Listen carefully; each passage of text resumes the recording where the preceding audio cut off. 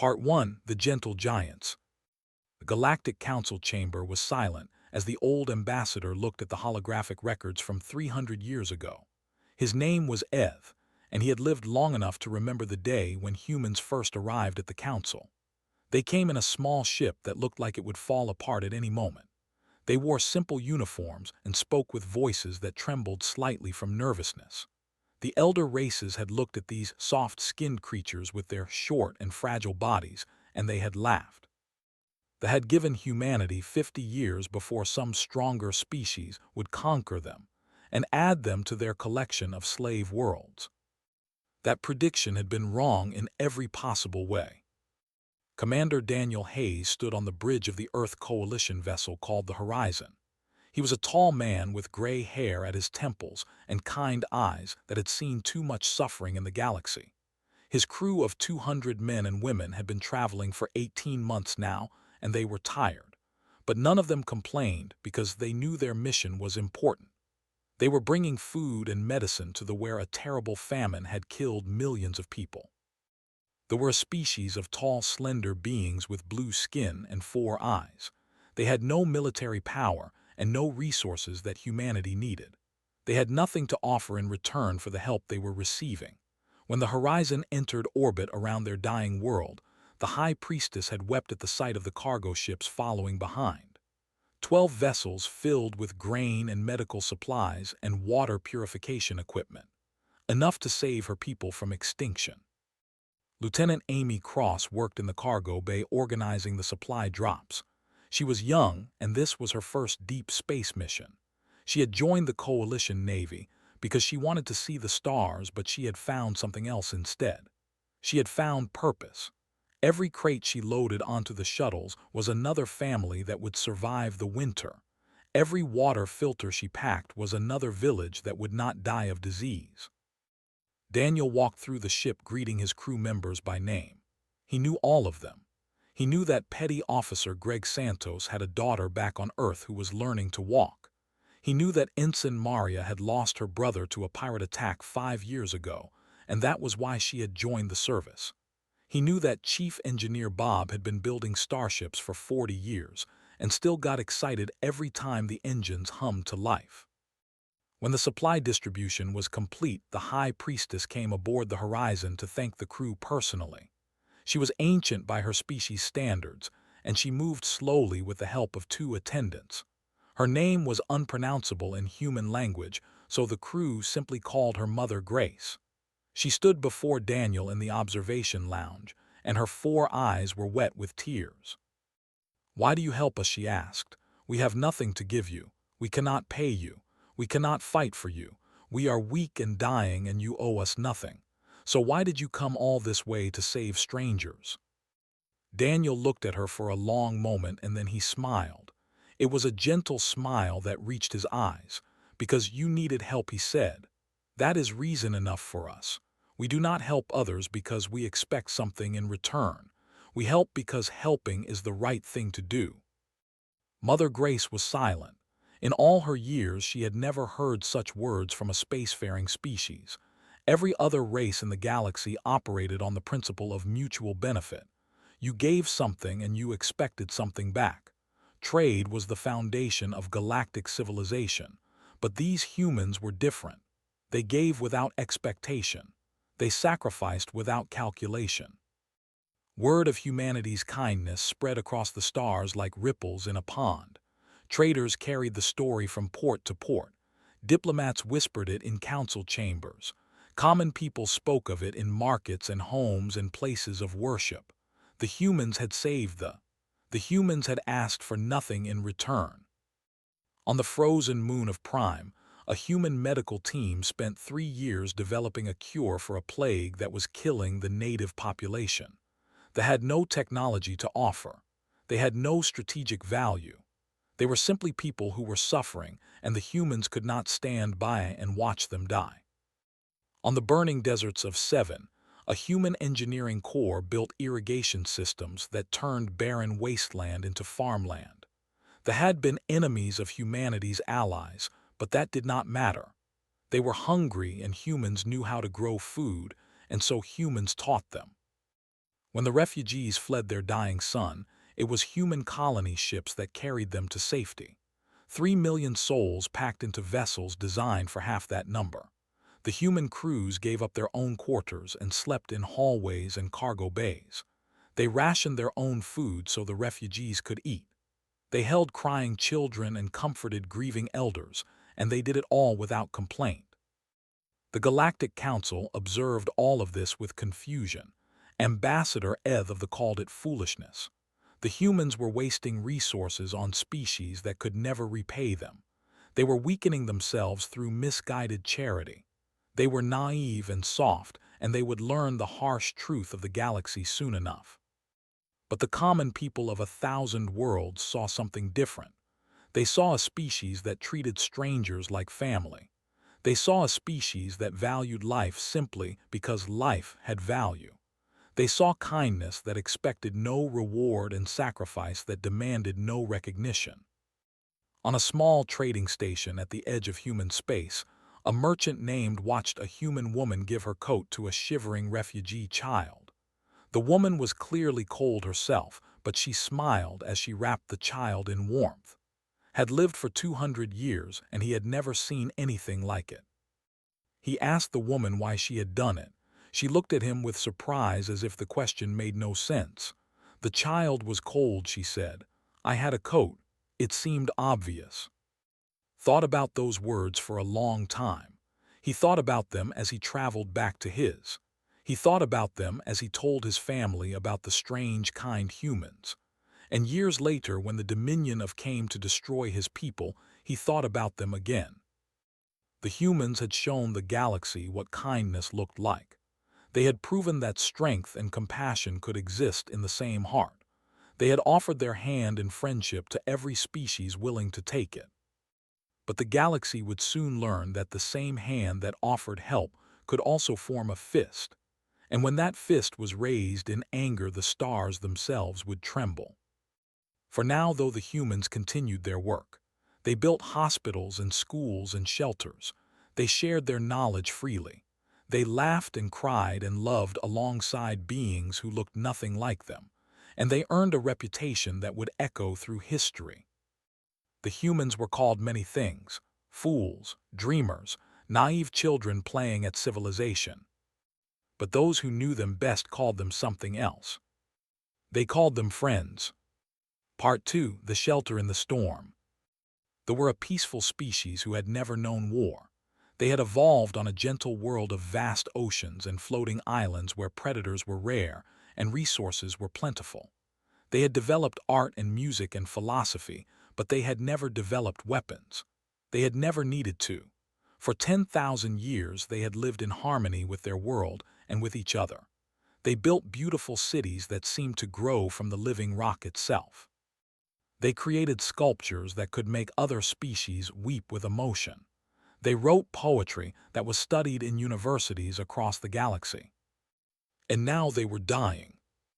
The Dominion of had come to their outer territories 6 months ago. They were a warrior species who believed that the strong had the right to take from the weak. They had conquered 43 other species, and they ruled their empire through fear and violence. When they looked at they saw easy prey.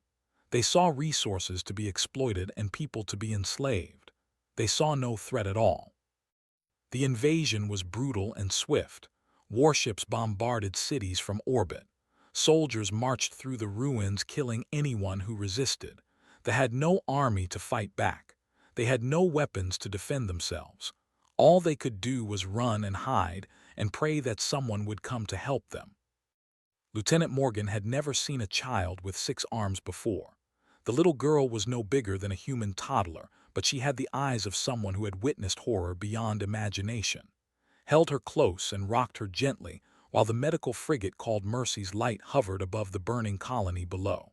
The child was crying in a language could not understand, but she did not need words to know what the child needed. She needed to feel safe. She needed to know that someone cared. Captain Cole stood on the command deck, coordinating the evacuation. He was a compact man with a shaved head and a calm voice that never wavered no matter how bad things got. 37 human vessels had responded to the distress call. 37 ships crewed by volunteers who had left their families behind to help strangers on the other side of the galaxy. They were not soldiers on a military mission. They were people who had chosen to risk their lives because they could not bear to stand by while innocents suffered. Navigation Officer Ben Torres looked up from his console with worry in his eyes. "Sir, we have incoming warships," he said. 12 minutes to intercept. There are at least 20 of them." Did not hesitate. He had known this moment would come. They would not simply let them take the refugees without a fight. But that changed nothing. "All civilian transports continue evacuation," he ordered. "Military vessels form a defensive perimeter. We hold the line until every is off that planet." On the surface below, Sergeant Mitchell was covered in ash and sweat as he carried an elderly elder on his back. The old alien was too weak to walk, and the landing zone was still half a kilometer away. His legs burned with exhaustion, but he did not slow down. Behind him, the sounds of gunfire were getting closer. The elder's name was Han, and he had lived for 300 years. He had seen his world change from a paradise to a nightmare in a matter of months. He had watched his children die in the bombardment. He had lost everything he had ever loved. And now this strange, soft-skinned creature was risking his own life to save him. "Why do you do this?" Han asked. His voice was weak and broken. "Why do you risk yourself for me? I am old, I am dying, I am not worth saving." Adjusted his grip and kept walking. "Every life is worth saving," he said. "You matter because you exist. That is enough for us." Han began to weep. In all his centuries, he had never encountered such simple and profound kindness. The evacuation was chaos. Shuttles landed and lifted off in constant rotation. Human soldiers formed perimeters around the landing zones, firing at troops who tried to interfere. Medics treated wounded refugees while engineers worked desperately to keep the equipment running. Everyone was exhausted. Everyone was afraid. But no one stopped working. Lieutenant Morgan had handed the little girl to a refugee coordinator, and now she was helping load supplies onto a shuttle. Her arms ached and her eyes stung from the smoke, but she kept moving. Every minute mattered. Every second was another life saved or lost. A young mother approached her carrying 2 infants in her 4 arms. She was bleeding from a wound on her head, and her eyes were wild with terror. "Please," she begged, "please take my children. Save them. I do not care about myself, but please save my children." Took the infants and passed them to a medic. Then she turned back to the mother. "We are saving everyone," she said firmly. "You are coming too. Get on that shuttle right now." The mother stared at her in disbelief. She had expected to sacrifice herself for her children. She had expected the humans to make her choose, but they were not making her choose. They were saving all of them. The warships arrived exactly when Ben Torres had predicted. They came out of hyperspace in a tight formation, weapons already charging. Their commander sent a message to the human fleet demanding immediate surrender and the handover of all refugees. Captain Cole responded by ordering his ships to open fire. The battle was fierce, but the humans had positioned themselves well. Their defensive perimeter forced the to attack through a narrow corridor where their numerical advantage meant nothing. Human weapons tore into hulls, while human shields absorbed the return fire. Ships on both sides were damaged and destroyed, but the evacuation continued. Sergeant Mitchell finally reached the landing zone and placed Han on a stretcher. A medic immediately began treating the elder's injuries. Wanted to rest, but there was no time. He grabbed his rifle and ran back toward the sound of fighting to hold the perimeter. The evacuation took 11 hours. 11 hours of constant fighting and desperate work. 9 human soldiers died defending the landing zones. 23 more were seriously wounded. 3 ships were destroyed and 12 more were damaged beyond easy repair. But when the last transport lifted off, 4 million refugees were safely aboard the convoy heading for sanctuary in human space. The commander was furious. He had expected easy prey, and instead he had found something else entirely. He had found humans who would die rather than abandon those they had come to save. He sent a message to the Dominion leadership reporting his failure. Within days, the Dominion sent a message directly to Earth. The message was simple and clear: surrender the refugees or face consequences. The Earth Coalition Council met to discuss the ultimatum. Some argued that the refugees were not worth a war. Some said that they were too powerful to fight. Some suggested a compromise that might satisfy everyone. But in the end, the vote was unanimous. Earth's response to the Dominion was 3 words long: come and try. The message was sent across every channel and every frequency. It reached every corner of the galaxy, and everyone who heard it understood exactly what it meant. Humanity had drawn a line. Anyone who crossed it would learn exactly how dangerous the gentle giants could become. Part 3: The Breaking Point. Admiral Laura had served in the Earth Coalition Navy for 40 years. She had gray hair cut short in military fashion and eyes that had seen more of the galaxy than most people could imagine. She had commanded humanitarian missions to dying worlds. She had led peacekeeping operations in war-torn systems. She had negotiated treaties with hostile species, and she had buried friends who died in the line of duty. Through all of it, she had maintained her belief that patience and compassion were humanity's greatest strengths. She believed that understanding could solve more problems than violence. She believed that enemies could become friends if given the chance. That belief died on a Tuesday morning, when the transmission from New Geneva reached Earth. New Geneva was a colony world in the outer territories. It had been founded 60 years ago as a place of refuge and hope. 800,000 humans lived there alongside 300,000 refugees from a dozen different species. They had built hospitals and schools and universities. They had constructed the largest interfaith temple in the outer territories, where beings of every religion could worship together in peace.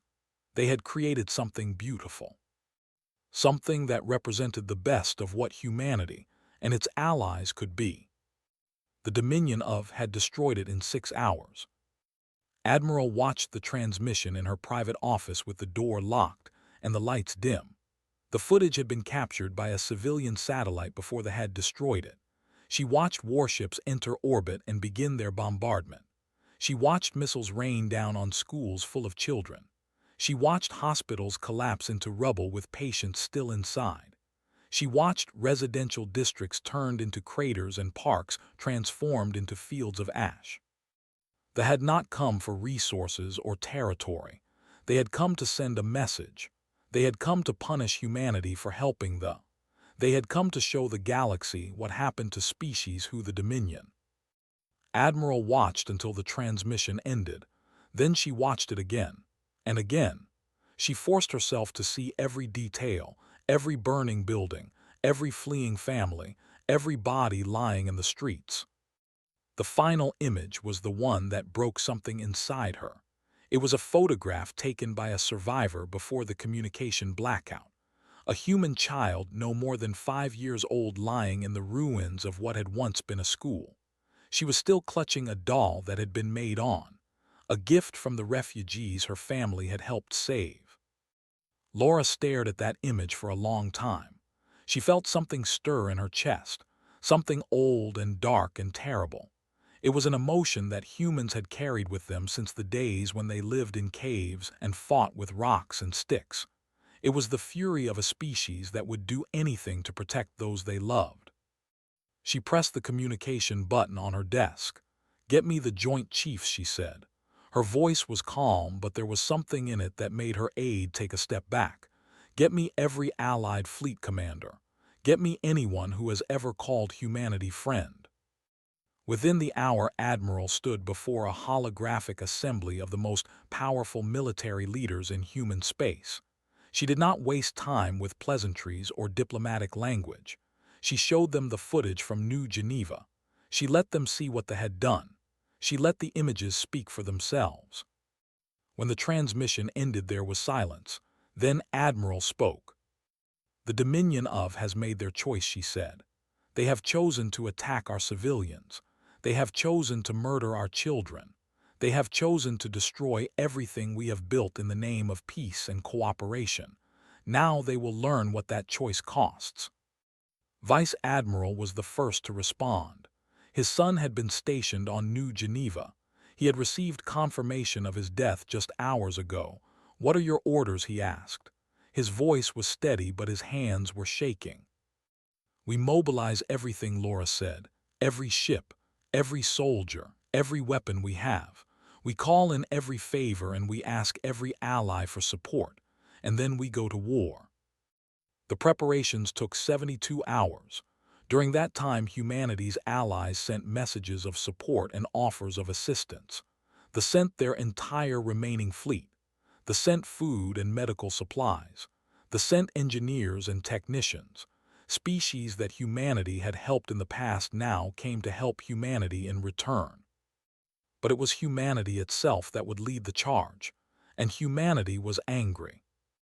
Across human space, people watched the footage from New Geneva. They saw what they had done.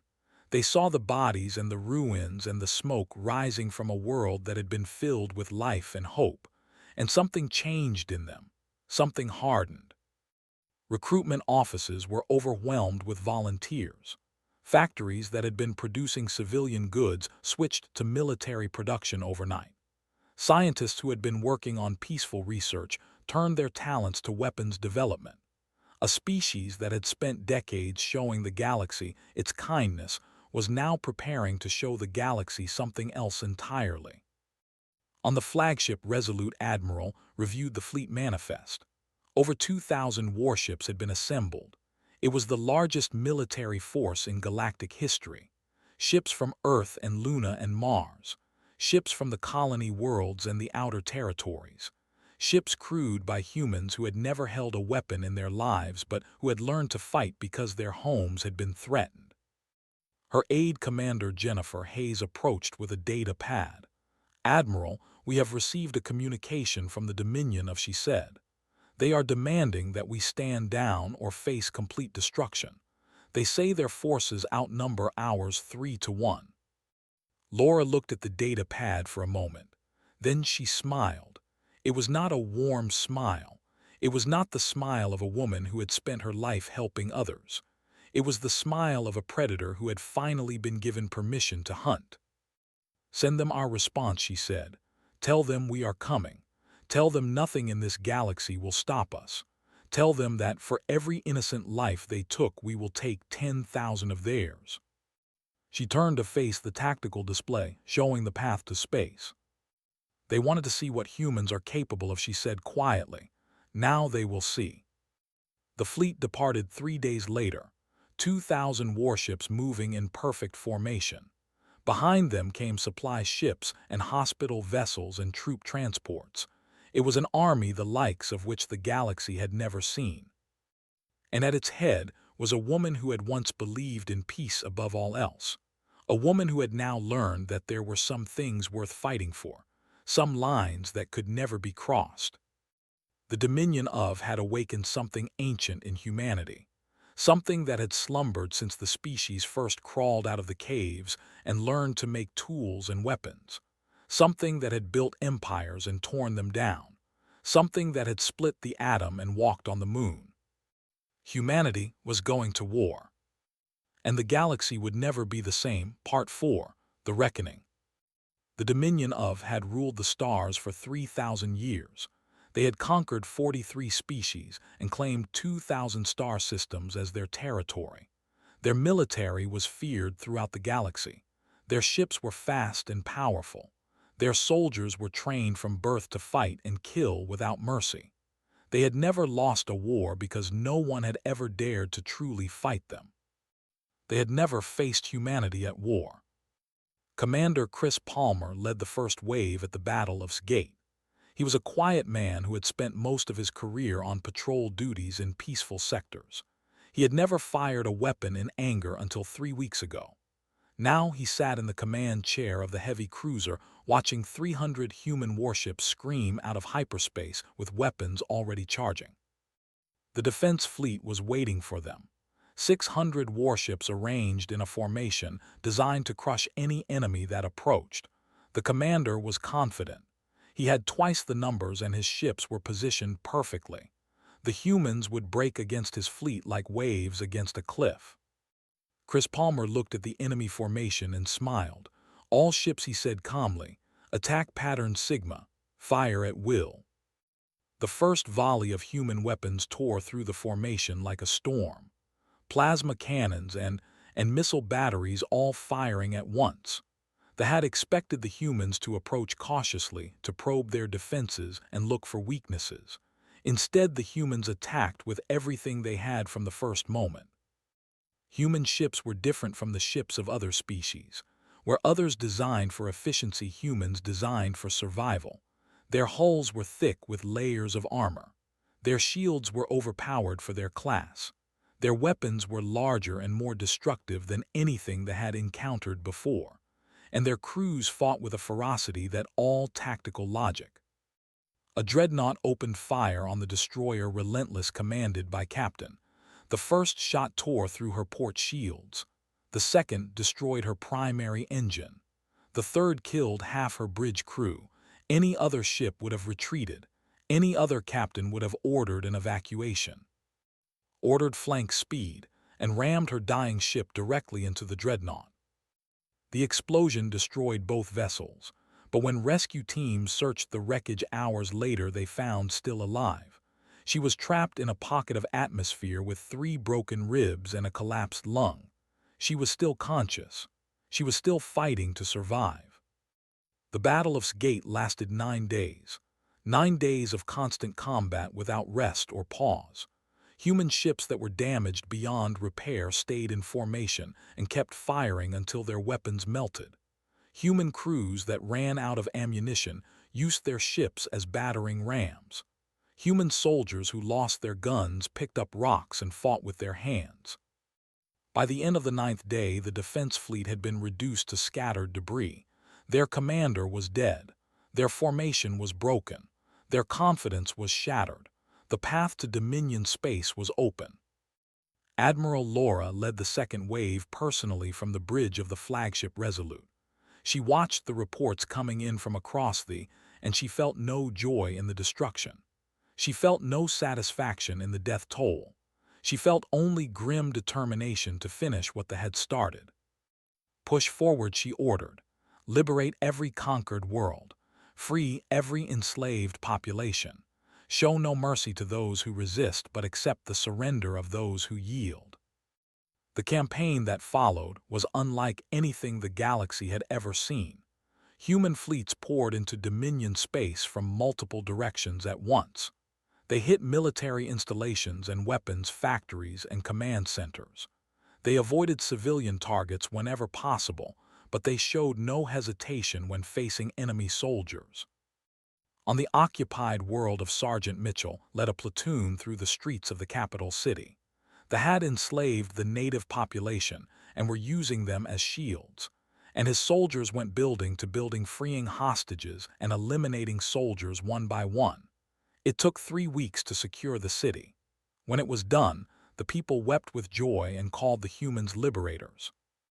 On the prison moon of Eth, Lieutenant Morgan commanded a rescue operation that freed 200,000 slaves from the Dominion's labor camps. The prisoners were from dozens of different species. Many of them had been born in captivity and had never known freedom. Held their hands and told them they were safe now. She told them they would never be slaves again. They fought back with everything they had. They launched counterattacks and ambushes and suicide missions. They used every tactic in their arsenal, but nothing could stop the human advance. For every human ship, they destroyed 2 more arrived to take its place. For every human soldier, they killed 10 more volunteered to continue the fight. Vice Admiral commanded the assault on the shipyards at Dominion Prime.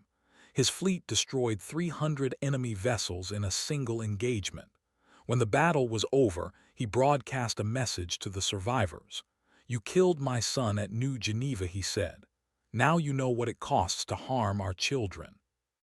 The war lasted 8 months. 8 months of constant fighting across 2,000 star systems. The Dominion's military was annihilated. Their conquered territories were liberated. Their slave populations were freed. Their weapons factories were destroyed. Their command structure was dismantled piece by piece. When the human fleet finally reached the Dominion's leaders expected genocide. They expected the humans to bomb their cities and slaughter their civilians just as they had done to New Geneva. They prepared for the end of their species. Instead, Admiral Laura broadcast a message to the planet. "Your military is destroyed," she said. "Your empire is finished. You have two choices: surrender and face justice for your crimes or die fighting, but know this. If you surrender, we will not slaughter your civilians. We will not bomb your cities. We will not poison your water or burn your fields, because we are not you. We are humanity, and even our fury has limits." The High Command debated for 6 hours. Some wanted to fight to the death. Others wanted to flee and rebuild elsewhere. In the end, the decision was made by the Emperor himself. He was old and tired, and he had watched his empire crumble in a matter of months. He had seen what happened to those who humanity. He ordered his forces to surrender. The human fleet entered orbit around but they did not fire a single shot. Instead, they deployed humanitarian teams to assess the needs of the civilian population. They set up distribution centers for food and medicine. They began the long process of rebuilding what the war had destroyed. The soldiers who had fought with such fury now worked with the same determination to help those who had been their enemies. It confused the entire galaxy. How could a species be so terrible in war and so gentle in peace? Admiral Laura stood on the observation deck of the Resolute looking down at the Commander. Jennifer Hayes stood beside her. "Is it over?" Admiral Hayes asked. "The war is over," Laura said quietly, "but the work is just beginning. We have shown the galaxy what happens when you harm the innocent. Now we must show them that we are still capable of compassion." She turned away from the window. "Arrange a meeting with the provisional government," she said. "We have treaties to negotiate and criminals to prosecute. And then we have a galaxy to rebuild." The fury had passed. The storm had ended. But humanity would never forget what it had done or why it had been necessary. And the galaxy would never forget either. Part 5. The Lesson Remembered. 50 years had passed since the fall of the Dominion of. The galaxy had changed in ways that no one could have predicted. The species that had been enslaved were now free. The worlds that had been conquered were now independent. The terror that had ruled the stars for 3,000 years was now nothing but a memory. And humanity had changed too. Ambassador Eth of the Collective stood in the great chamber of the Galactic Council looking out at a new generation of delegates. His scales had faded with age, and his movements were slow, but his mind was still sharp. He was one of the last survivors of the old era. He remembered the galaxy as it had been before humanity arrived. He remembered the day when he had called humans naive and foolish. He had been wrong about so many things. The young delegates had gathered to hear him speak. They wanted to understand humanity. They wanted to know why this small species from a small planet had become the most influential power in the galaxy. They wanted to know whether they should fear humans or trust them or both. Eth looked at their eager faces and remembered his own youth. He remembered being confident that he understood how the universe worked. He remembered being certain that kindness was weakness and power was everything. He remembered being wrong. "You ask me about humanity," he said.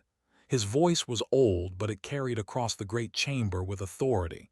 "You ask why we should respect them. You ask why we should fear them. You ask what lessons we should take from their history."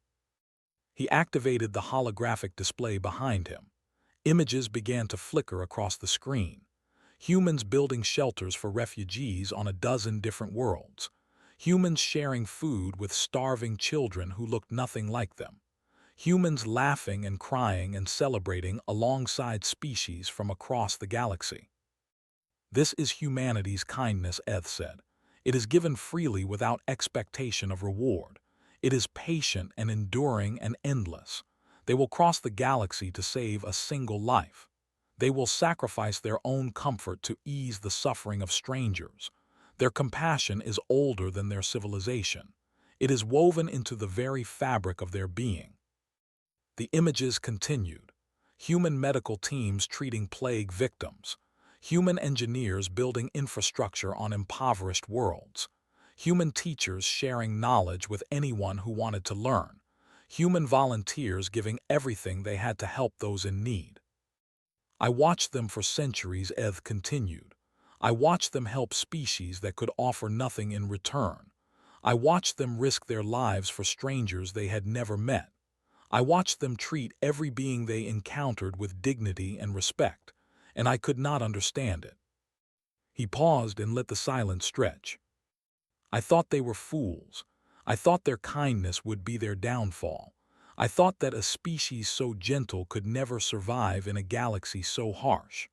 I was certain that someone would eventually take advantage of their generosity and destroy them. The images shifted. Now they showed burning warships and shattered fleets. They showed armies advancing with terrible purpose. They showed the destruction of the Dominion of military in 8 months of relentless warfare. And then the Dominion made a mistake, Eth said. They attacked a human colony. They killed human children. They thought they could terrorize humanity into submission. They thought that a species so kind must also be weak. His voice hardened. They learned otherwise. The young delegates watched the images of the war with wide eyes. Many of them had been born after the conflict ended. They had grown up in a galaxy shaped by humanity's victory, but they had never understood what that victory had cost. Humanity's fury is not cruel, Eth said. It is precise. It is not savage. It is relentless. They do not wage war for conquest or glory or revenge. They wage war to protect what they love. And when you threaten what they love, they become something that even the void itself should fear. He turned off the display and faced the assembly directly. The Dominion of ruled 2,000 star systems. They had conquered species older and more powerful than humanity. They believed themselves invincible. Their empire fell in 8 months. Their military was annihilated. Their leaders faced justice for their crimes, and the species they had enslaved were freed. A young delegate raised one of her 6 arms. "Ambassador," she said respectfully, "my grandmother was a child during the evacuation of our outer territories. She told me stories about the humans who saved her. She said they were the kindest beings she ever met. How can the same species that showed such compassion also wage such terrible war?" Eth smiled.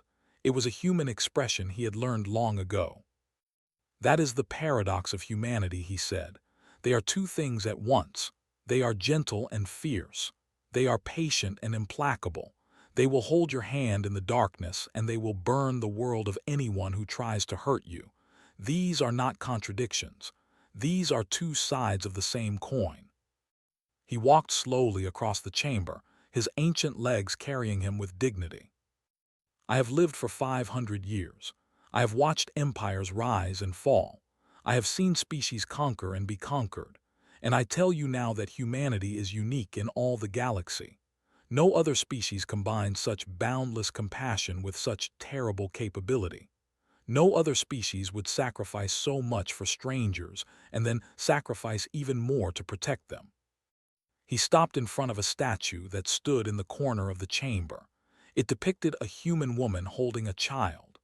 The statue had been commissioned after the war as a memorial to those who had died at New Geneva. "The lesson is simple," Eth said quietly. "Do not mistake humanity's kindness for weakness. Do not assume that because they help you they cannot hurt you. Do not threaten those they have sworn to protect." He turned back to face the assembly. "Be their friend and they will be yours forever. They will share their knowledge and their resources and their love. They will stand beside you in your darkest hour, and they will celebrate with you in your moments. They will treat you as family regardless of what species you are or where you come from." His voice dropped lower. "But if you become their enemy, If you harm the innocent under their protection, if you cross the lines they have drawn, then you will discover the other half of their nature, and I promise you that you will not survive that discovery." He gathered his robes and began to walk toward the exit. A young delegate called after him, "Ambassador, what should we do with this knowledge? How should we treat humanity?" Eth paused at the doorway and looked back over his shoulder. "Love them," he said simply. "Learn from them. Be worthy of their friendship, and never ever give them a reason to show you their fury." He walked away, leaving the chamber in silence. In the gallery above, a human woman watched him go. Her name was, and she was the granddaughter of Admiral Laura. She had come to the council to observe this session because she had heard that Eth would be speaking about humanity's history. She had lost family at New Geneva. Her great-uncle had been one of the civilians killed in the bombardment. She had grown up hearing stories about the war and its aftermath. She had spent her life trying to understand what it meant to be human in a galaxy full of other species. Now she understood. Humanity was kind because kindness was their nature, and humanity was dangerous because they would do anything to protect that kindness from those who would destroy it. These were not two different things. They were the same thing seen from different angles. Wiped a tear from her eye and smiled. She understood now why her grandmother had spent her final years building schools on the. She understood why her mother had dedicated her life to humanitarian work. She understood why humans kept helping even when there was no reward. They helped because helping was right. They protected because protecting was necessary. They were kind and they were fierce, and they would never stop being both. Whispered a single word into the quiet chamber. Amen. Below her, the delegates began to file out, still thinking about what Eth had told them. They would carry his words back to there and share them with their people. They would teach their children about humanity's dual nature. And the lesson would be remembered for generations to come. Humanity's kindness was timeless, their fury was apocalyptic, and the galaxy would never forget either.